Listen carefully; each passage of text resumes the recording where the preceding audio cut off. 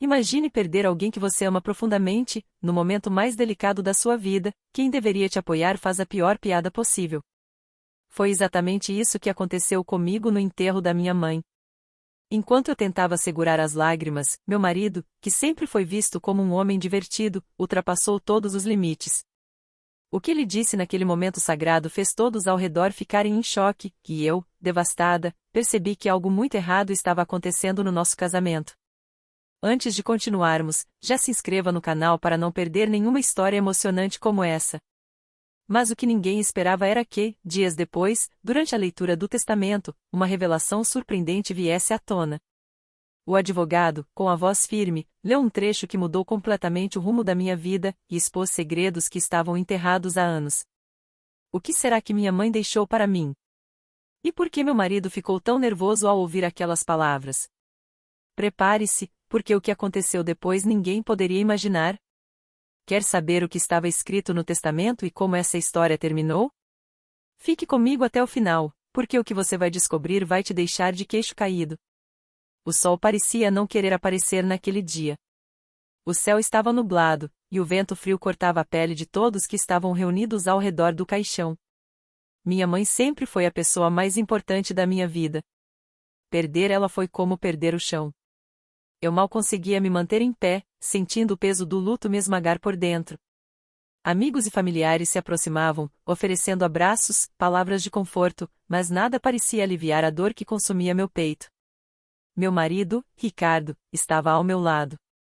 Ele era conhecido por seu bom humor, sempre tentando quebrar o clima pesado com alguma piada ou comentário engraçado. Mas naquele momento, tudo o que eu queria era silêncio e respeito. O padre iniciou a cerimônia, e eu me concentrei em lembrar dos bons momentos com minha mãe, tentando ignorar o burburinho ao redor. Foi então que, durante a despedida final, Ricardo se inclinou para mim e, em voz baixa, soltou uma piada sobre o vestido que minha mãe usava no caixão. Por um segundo, achei que tinha ouvido errado. Mas não. Ele realmente disse aquilo. Meu rosto ficou vermelho de vergonha e raiva. Algumas pessoas próximas ouviram e ficaram boquiabertas. O silêncio constrangedor tomou conta do ambiente. Minha tia, que sempre foi muito próxima da minha mãe, olhou para Ricardo com desprezo. Eu não conseguia acreditar que ele tinha feito aquilo, justo naquele momento. Senti vontade de gritar, mas me contive. O enterro continuou, mas a sensação de humilhação e decepção era tão forte quanto a dor da perda. Meus olhos se encheram de lágrimas, não só pelo luto, mas pela falta de respeito do homem que eu achava que me amava. Quando o caixão desceu à terra, eu sabia que nada seria como antes. O que Ricardo fez naquele dia mudou tudo entre nós. Mas eu ainda não fazia ideia do tamanho do impacto que aquela piada teria na minha vida. Porque o que estava por vir era muito pior do que eu poderia imaginar. Após o enterro, as pessoas começaram a se dispersar, mas o clima de desconforto pairava no ar. Eu mal conseguia olhar nos olhos de ninguém, sentindo que todos sabiam o que Ricardo tinha feito. O comentário dele, mesmo dito em voz baixa, se espalhou rapidamente entre os presentes. Sussurros e olhares atravessados me cercavam. Alguns amigos da família vieram até mim, tentando me consolar, mas era impossível ignorar o constrangimento que tomava conta do ambiente. No carro, a caminho de casa, o silêncio era quase insuportável. Ricardo, talvez percebendo a gravidade do que fez, tentou quebrar o gelo com um pedido de desculpas tímido, mas soou vazio, sem emoção. Eu não consegui responder. Fiquei encarando a janela, revivendo cada palavra, cada risada abafada que ouviu ao redor do túmulo da minha mãe. Aquilo doía mais do que qualquer coisa. Quando chegamos em casa, percebi que a piada não era só uma questão de mau gosto. Ela expôs uma falta de empatia que eu nunca tinha notado antes. Minha irmã ligou, indignada, perguntando se eu estava bem e dizendo que não conseguia acreditar no que Ricardo tinha feito. Até minha tia, sempre tão discreta, mandou uma mensagem dizendo que estava decepcionada com ele. Eu me sentia duplamente traída, pela perda da minha mãe e pela atitude do meu marido. Naquela noite, a tensão entre nós era palpável. Ricardo tentou agir normalmente, mas eu não conseguia fingir que nada tinha acontecido. Fui dormir cedo, mas o sono não veio. Fiquei pensando em tudo o que aconteceu, me perguntando se eu realmente conhecia o homem com quem me casei. O comentário dele parecia ter aberto uma ferida muito mais profunda do que eu imaginava. Mas o que eu ainda não sabia era que aquela piada seria apenas o começo de uma sequência de revelações que mudariam minha vida para sempre. E a próxima delas estava prestes a acontecer, de uma forma que ninguém poderia prever. O dia seguinte foi ainda mais difícil. A casa, que antes era cheia de risos e conversas, agora parecia um lugar estranho, tomado por um silêncio pesado. Eu andava pelos cômodos sentindo a ausência da minha mãe em cada detalhe, o cheiro do café pela manhã, as plantas que ela cuidava com tanto carinho, os quadros na parede escolhidos por ela. Tudo parecia vazio, sem cor, como se a vida tivesse sido sugada do ambiente. Ricardo tentava agir normalmente, como se nada tivesse acontecido. Ele fez o café da manhã, ligou a televisão e até tentou puxar assunto sobre o trabalho. Mas eu não conseguia responder. Cada vez que olhava para ele, lembrava do momento no cemitério, do constrangimento, da piada cruel. O silêncio entre nós era quase ensurdecedor. Eu sentia que, se dissesse qualquer coisa, acabaria explodindo. No fim da tarde, minha irmã veio me visitar. Ela percebeu o clima estranho e, depois de um tempo, perguntou se eu queria conversar. Desabei no colo dela, chorando tudo o que não consegui chorar no velório. Contei como me senti humilhada, como a atitude de Ricardo parecia revelar um lado dele que eu nunca tinha visto. Ela me abraçou forte e disse que eu precisava pensar em mim, que não era justo carregar tanta dor sozinha. Naquela noite, Ricardo tentou se aproximar. Sentou-se ao meu lado na cama e disse que estava arrependido, que não tinha intenção de me magoar. Mas suas palavras soaram vazias, como se ele não entendesse de verdade o que fez.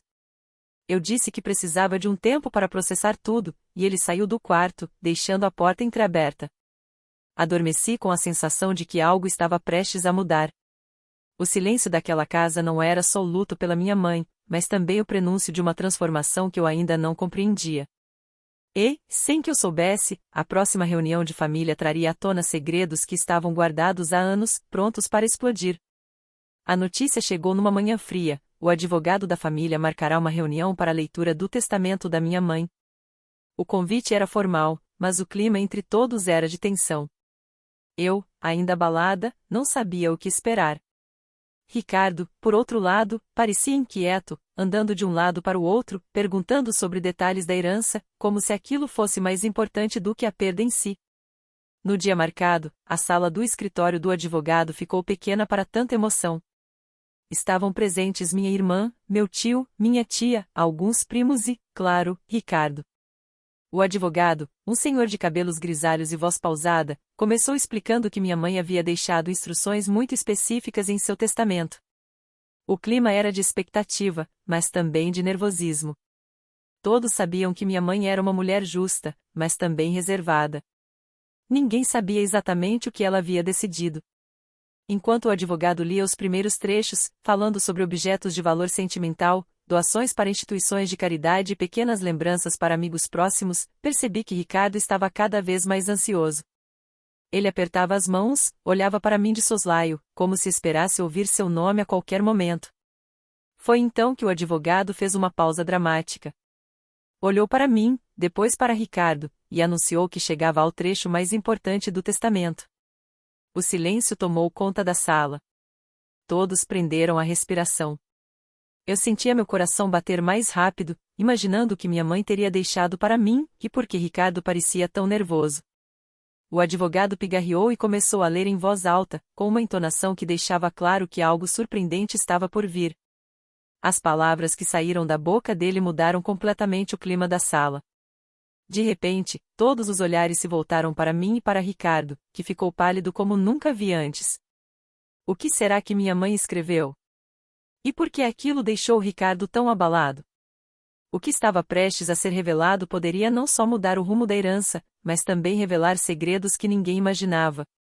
O advogado respirou fundo e começou a ler o trecho mais aguardado do testamento. Para minha filha, deixo a casa onde cresceu, todos os meus bens pessoais e a quantia guardada na poupança. Mas faço uma ressalva importante: caso ela esteja casada com Ricardo no momento da minha morte, a transferência da casa será suspensa por tempo indeterminado. Um burburinho tomou conta da sala. Minha irmã tapou a boca, surpresa. Ricardo ficou imóvel, os olhos arregalados, como se tivesse levado um soco no estômago. O advogado continuou, explicando que minha mãe havia deixado uma carta lacrada, endereçada exclusivamente a mim, para ser lida apenas após a reunião. O clima ficou ainda mais tenso. Por que minha mãe teria feito uma restrição tão específica? Por que ela não queria que Ricardo tivesse acesso à casa? Eu sentia uma mistura de curiosidade, medo e confusão. Ricardo tentou disfarçar o desconforto, mas sua expressão o denunciava. Ele começou a argumentar, dizendo que aquilo era injusto, que sempre foi um bom genro, mas ninguém parecia convencido. Minha tia, que até então estava quieta, olhou para mim com um olhar significativo, como se soubesse de algo que ninguém mais sabia. O advogado, mantendo a postura profissional, pediu que todos respeitassem a vontade da minha mãe e encerrou a reunião. Eu saí dali com a carta nas mãos, sentindo o peso do papel como se carregasse um segredo explosivo. No carro, Ricardo insistiu para que eu abrisse a carta ali mesmo, mas eu disse que precisava de um tempo sozinha. Ele ficou irritado, dizendo que eu estava exagerando, mas não insisti. Cheguei em casa, tranquei a porta do quarto e encarei o envelope lacrado. O que minha mãe queria me dizer? E por que ela desconfiava tanto de Ricardo? Antes de abrir a carta, meu celular vibrou. Era uma mensagem da minha irmã: não leia sozinha. Acho que você vai precisar de mim. Meu coração disparou. O que havia naquela carta que poderia mudar tudo? E por que Ricardo parecia tão desesperado para saber o conteúdo?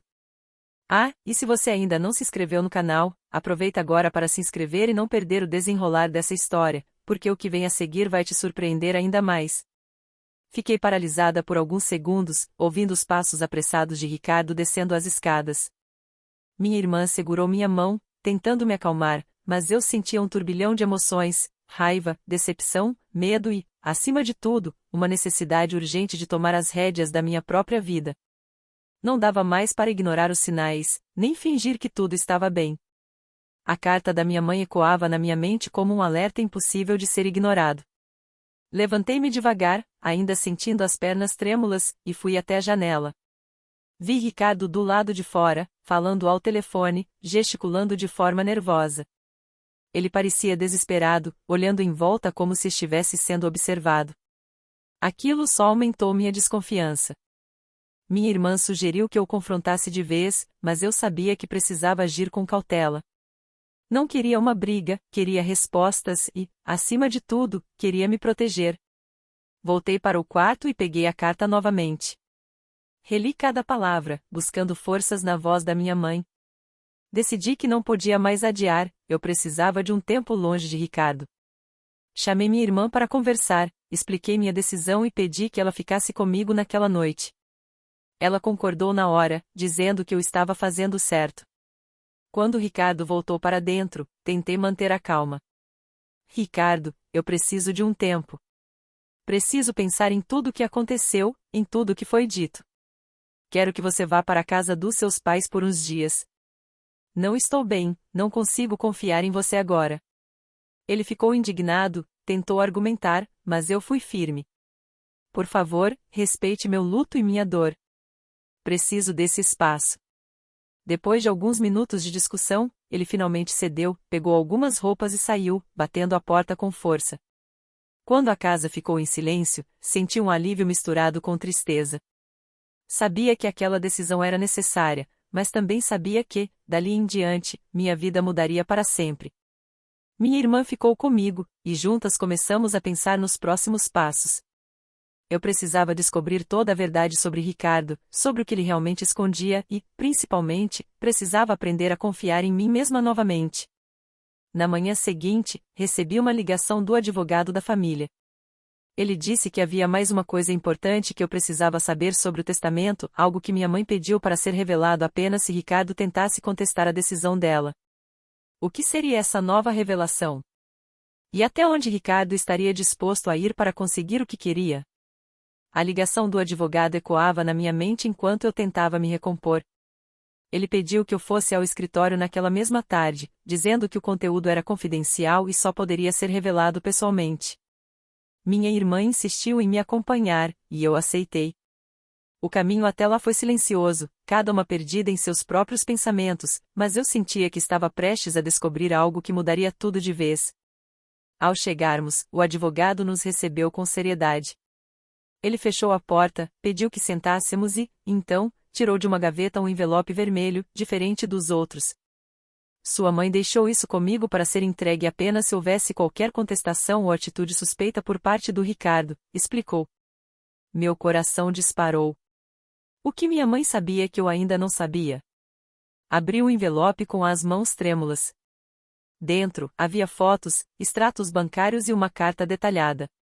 As fotos mostravam Ricardo em encontros com uma mulher desconhecida, sempre em locais discretos. Os extratos bancários revelavam transferências suspeitas entre contas, algumas no nome dele, outras em nomes que eu nunca tinha ouvido falar.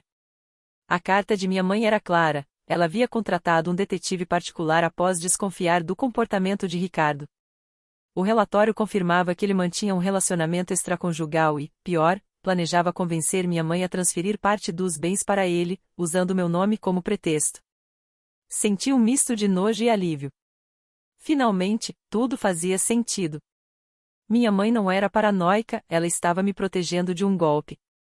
Minha irmã ficou chocada, mas me abraçou, dizendo que agora eu tinha tudo o que precisava para me livrar de vez daquele casamento tóxico. Voltei para casa determinada. Liguei para Ricardo e pedi que viesse buscar o restante de suas coisas.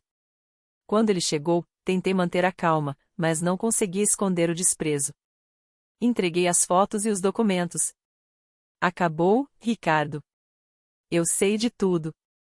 Você não vai colocar as mãos em nada que é meu, nem em nada que era da minha mãe. Quero que suma da minha vida. Ele tentou argumentar, disse que era tudo mal entendido, mas as provas eram irrefutáveis. A máscara dele caiu de vez. Ricardo saiu da minha vida tão rápido quanto entrou, levando consigo apenas o que lhe pertencia, nada mais. Nos dias seguintes, senti uma mistura de alívio e tristeza. Era difícil aceitar que alguém em quem confiei tanto fosse capaz de tanta traição. Mas, ao mesmo tempo, sentia uma força nova crescendo dentro de mim. Eu sobrevivi à perda da minha mãe, ao luto, à traição e agora estava pronta para recomeçar. Mas, enquanto eu me preparava para seguir em frente, recebi uma mensagem anônima com um vídeo anexado. O conteúdo do vídeo me deixou sem chão e mostrou que, mesmo depois de tudo, ainda havia uma última verdade a ser revelada. Os dias que se seguiram à saída de Ricardo foram de reconstrução. A casa, antes carregada de lembranças dolorosas, começou a ganhar novos ares. Minha irmã ficou comigo por mais algum tempo, ajudando a reorganizar tudo, desde as roupas nos armários até as memórias espalhadas em porta-retratos. Aos poucos, fui sentindo que aquele espaço voltava a ser meu, livre de mentiras e de qualquer sombra do passado. Retomei minha rotina, voltei ao trabalho e, com o apoio da família, comecei a fazer terapia. A dor da perda da minha mãe ainda era grande, mas agora vinha acompanhada de uma sensação de liberdade. Pela primeira vez em muito tempo, eu sentia que podia respirar sem medo, sem precisar olhar por cima do ombro. Os amigos mais próximos se reaproximaram, alguns pediram desculpas por não terem percebido o que eu estava passando. Percebi que, mesmo na solidão, nunca estive realmente sozinha. Foi nesse clima de recomeço que recebi a mensagem anônima. O número era desconhecido e, no corpo da mensagem, apenas uma frase: "Você precisa ver isso antes de seguir em frente." O vídeo anexado mostrava imagens gravadas por câmeras de segurança do escritório do advogado, no dia da leitura do testamento. No vídeo, Ricardo aparecia conversando com um homem de terno, claramente nervoso. Eles trocavam envelopes e cochichavam, olhando em volta para garantir que ninguém estava ouvindo. A gravação continuava, mostrando Ricardo recebendo um papel e, logo em seguida, digitando algo no celular. O horário batia exatamente com o momento em que ele recebeu aquela mensagem misteriosa e saiu apressado do quarto. Meu estômago revirou. Quem era aquele homem? E o que mais Ricardo estava tentando esconder? Levei o vídeo ao advogado, que reconheceu o homem. Era um antigo funcionário do escritório, demitido por má conduta meses antes. Ao investigar, descobrimos que Ricardo tentou subornar o funcionário para conseguir uma cópia antecipada do testamento. Ele queria saber de antemão o que minha mãe tinha deixado e, se não gostasse do resultado, planejava contestar judicialmente, usando documentos falsos preparados por esse cúmplice. A revelação foi chocante, mas também libertadora. Agora eu tinha provas irrefutáveis de que Ricardo nunca me amou de verdade, ele só queria o que era meu. Com o apoio do advogado, garanti que ele não pudesse se aproximar de mim nem de nenhum bem da família. E, pela primeira vez, senti que podia fechar esse ciclo com dignidade. Comecei a investir em mim, fiz cursos, viajei, conheci novas pessoas. Redescobri sonhos antigos e criei outros novos. A dor da perda nunca sumiu completamente, mas agora ela era acompanhada de orgulho, orgulho de ter sobrevivido, de ter me libertado e de ter honrado a memória da minha mãe. Mas, quando achei que tudo estava resolvido, recebi uma carta pelo correio, sem remetente. Dentro, apenas uma frase: nem tudo é o que parece. Procure na caixa azul no sótão. Meu coração disparou. Haveria ainda mais um segredo guardado pela minha mãe? Ou seria mais uma armadilha do passado? Subi as escadas até o sótão com o coração acelerado, a carta anônima ainda tremendo em minhas mãos. O sótão era um lugar que minha mãe raramente deixava alguém entrar. Sempre dizia que ali guardavam coisas do passado, mas nunca explicou o que, exatamente. Vasculhei entre caixas de fotos antigas, brinquedos de infância e roupas esquecidas, até encontrar uma caixa azul, pequena e discreta, escondida atrás de uma pilha de álbuns. Sentei no chão empoeirado, respirei fundo e abri a caixa. Dentro, encontrei uma coleção de cartas, todas endereçadas a mim, escritas ao longo dos anos. Minha mãe havia deixado um registro de seus pensamentos, conselhos e, principalmente, de seu amor incondicional. Cada carta era um pedaço da nossa história, desde o meu nascimento até os dias mais recentes, passando pelos momentos em que ela percebeu que algo estava errado no meu casamento. Em uma das cartas mais recentes, minha mãe relatava detalhes sobre suas suspeitas em relação a Ricardo, mas também falava sobre o medo de estar sendo injusta. Ela contava que, apesar de todas as provas, ainda desejava que eu fosse feliz, mesmo que isso significasse perdoar e seguir em frente. Em outra carta, ela me incentivava a nunca deixar de acreditar em mim mesma, a buscar minha felicidade acima de tudo e a não aceitar menos do que mereço. No fundo da caixa, encontrei um envelope diferente, lacrado com cera vermelha. Dentro, havia um testamento complementar, escrito à mão e reconhecido em cartório. Nele, minha mãe deixava claro que, caso eu descobrisse qualquer traição ou tentativa de golpe por parte de Ricardo, todos os bens passariam automaticamente para o meu nome, sem possibilidade de contestação. Ela havia pensado em tudo, protegendo-me até o último momento.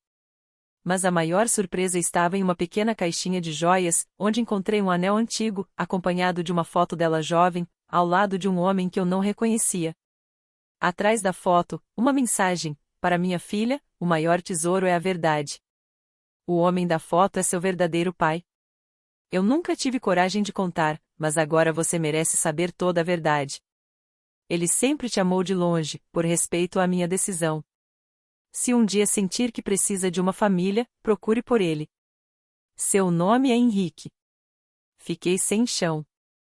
Toda a minha vida, achei que conhecia minha história, mas ali estava uma nova verdade, guardada com carinho e dor. Chorei, mas dessa vez não era só tristeza, era um alívio profundo, uma sensação de que, finalmente, todos os segredos haviam vindo à tona. Minha mãe, mesmo depois de partir, continuava cuidando de mim, me dando a chance de recomeçar não só com liberdade, mas também com uma nova família, se eu assim desejasse. Decidi procurar Henrique. Depois de algumas semanas de busca, encontrei um endereço antigo e escrevi uma carta. Recebi uma resposta rápida, cheia de emoção e carinho. Marcamos um encontro. Quando nos vimos, senti uma paz que há muito não sentia. Descobri um homem simples, generoso, que sempre me acompanhou de longe, respeitando a vontade da minha mãe, mas torcendo pela minha felicidade. Com o tempo, reconstruí minha vida. Cuidei da casa que minha mãe deixou, mantive minha irmã por perto e, aos poucos, fui perdoando até mesmo a mim mesma por não ter visto os sinais antes. Ricardo ficou no passado, sem poder tocar em nada do que era meu. O verdadeiro legado da minha mãe não foi a casa, nem o dinheiro, mas a coragem de enfrentar a verdade, a força para recomeçar e o amor que ela deixou guardado em cada carta, em cada gesto, em cada segredo revelado. E assim, depois de tanta dor, traição e mistério, descobri que a vida sempre pode surpreender e que, às vezes, a maior herança que recebemos é a oportunidade de reescrever nossa própria história.